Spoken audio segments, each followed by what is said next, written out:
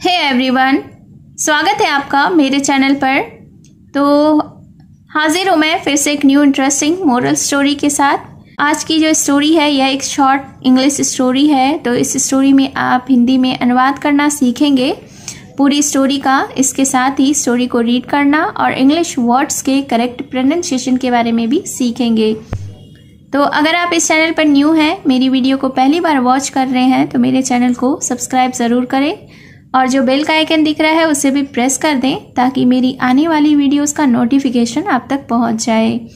तो चलिए स्टार्ट करते हैं आज का यह मॉरल स्टोरी। आज के स्टोरी का टाइटल है द इलिटरेट विलेजर। वीडियो के एंड तक बने रहिएगा क्योंकि आप इस स्टोरी में बहुत सारे न्यू एडवांस लेवल के वर्ड मीनिंग भी सीखेंगे। तो इलिटरेट का अर्थ होता है अशिक्षित, विलेजर यानी कि ग्रामीण। तो टाइटल का अर्थ हुआ अशिक्षित ग्रामीण। So let's begin the story. Once there was an illiterate villager. Once यानी कि एक बार, there was an illiterate यानी कि एक अशिक्षित, villager यानी कि ग्रामीण। तो इस सेंटेंस का अर्थ हुआ एक बार एक अशिक्षित ग्रामीण था। अशिक्षित यानी कि जो पढ़ा लिखा ना हो उसे अशिक्षित कहते हैं। तो इस सेंटेंस का अर्थ हुआ कि एक बार एक अशिक्षित ग्रामीण था। He often saw people wearing glasses while reading. Often का अर्थ होता है प्रायः। saw यानी कि देखा, people यानी कि लोग। wear का अर्थ होता है पहनना। glasses यानी कि चश्मा। while का अर्थ होता है दौरान। रीड यानी कि पढ़ना। तो इस सेंटेंस के अर्थ को जान लेते हैं। He often saw people wearing glasses while reading यानी कि वह प्रायः ही लोगों को चश्मा पहनकर पढ़ते हुए देखता था। He thought यानी कि सोचा। think यानी कि सोचना। thought V2 है तो सोचा। उसने सोचा If I have glasses, I can also read like these people. If का अर्थ होता है अगर। Also यानी कि भी। read यानी कि पढ़ना। like यानी कि जैसे। these यानी ये। people यानी कि लोग। these people यानी इन लोग या ये लोग। तो इस सेंटेंस को देखते हैं। He thought उसने सोचा If I have glasses कि अगर मेरे पास चश्मा होता I can also read like these people मैं भी इन लोगों की तरह पढ़ सकता। So one day he went to a glass shop. So यानी कि इसलिए, one day यानी कि एक दिन, He went यानी कि वह गया to a glass shop यानी कि चश्मे की दुकान पर। तो इस सेंटेंस को एक बार फिर से देखते हैं कि इसलिए एक दिन वह चश्मे की दुकान पर गया। The shopkeeper gave him various pairs of glasses and a book. Shopkeeper यानी कि दुकानदार। gave यानी कि दिया। him यानी कि उसे। various pairs वेरियस का अर्थ होता है विभिन्न। पेयर्स यानी कि जोड़े। बुक यानी कि किताब। तो फिर क्या हुआ? The shopkeeper gave him various pairs of glasses and a book यानी कि दुकानदार ने उसे विभिन्न तरह के विभिन्न जोड़े चश्मों के दिए और एक किताब दी। The villager tried all the glasses. Tried यानी कि आजमाया। तो ग्रामीण ने सारे चश्मे आजमा लिए।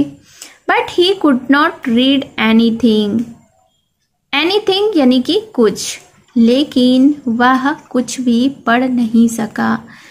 The shopkeeper gave him a doubtful look. Doubtful यानी कि संदेहपूर्ण। लुक यानी कि देखा, यानी संदेहपूर्ण देखा। तो दुकानदार ने उसे संदेहपूर्ण होकर देखा। Then he looked at the book. तब उसने किताब को देखा। It was upside down. Upside down यानी उल्टा।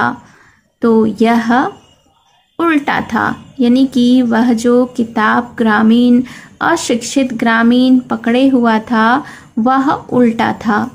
द शॉपकीपर सेड, अब दुकानदार ने कहा, perhaps you don't know how to read.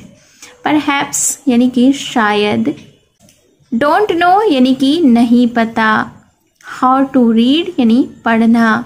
तो दुकानदार ने उस अशिक्षित ग्रामीण से कहा कि शायद आपको पढ़ना नहीं आता।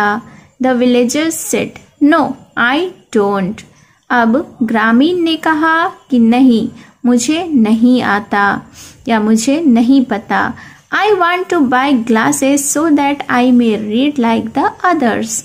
और आगे उस विलेजर ने, उस ग्रामीण ने कहा कि I want two by glasses, मैं चश्मे खरीदना चाहता हूँ, so that I may read, ताकि मैं पढ़ सकूँ, लाइक द अदर्स, दूसरों की तरह।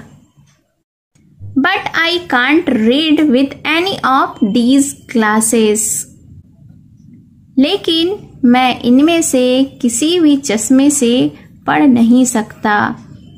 ग्रामीण ने आगे कहा। The shopkeeper burst out laughing. Burst out laughing यानी कि ठहाके मारकर हंसना। तो दुकानदार उस अशिक्षित ग्रामीण की बातों को सुनकर ठहाके मारकर हंसने लगा। He explained to the villager. Explained यानी कि समझाया। तो उसने यानी कि दुकानदार ने उस अशिक्षित ग्रामीण को समझाया, my dear friend, spectacles don't help you to read और राइट। क्या कहा कि माई डियर फ्रेंड यानी मेरे प्यारे मित्र, मेरे प्यारे दोस्त, स्पेक्टिकल्स यानी कि चश्मा, don't help you to read और राइट यानी कि चश्मा तुम्हारी मदद नहीं करता लिखने और पढ़ने में। They only help you to see better. Better यानी कि अच्छा। तो वे सिर्फ अच्छा देखने में तुम्हारी मदद करते हैं। First of all you must learn to read.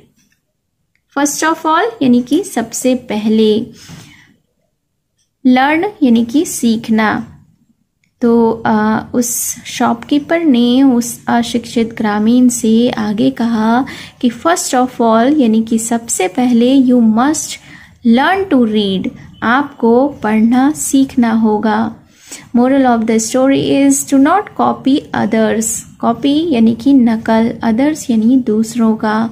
तो इस स्टोरी से हमें यह सीख मिलती है कि दूसरों की नकल नहीं करनी चाहिए। So it was the story. I hope you have enjoyed this story और उम्मीद है आपने बहुत सारे न्यू वर्ड्स भी सीखे होंगे।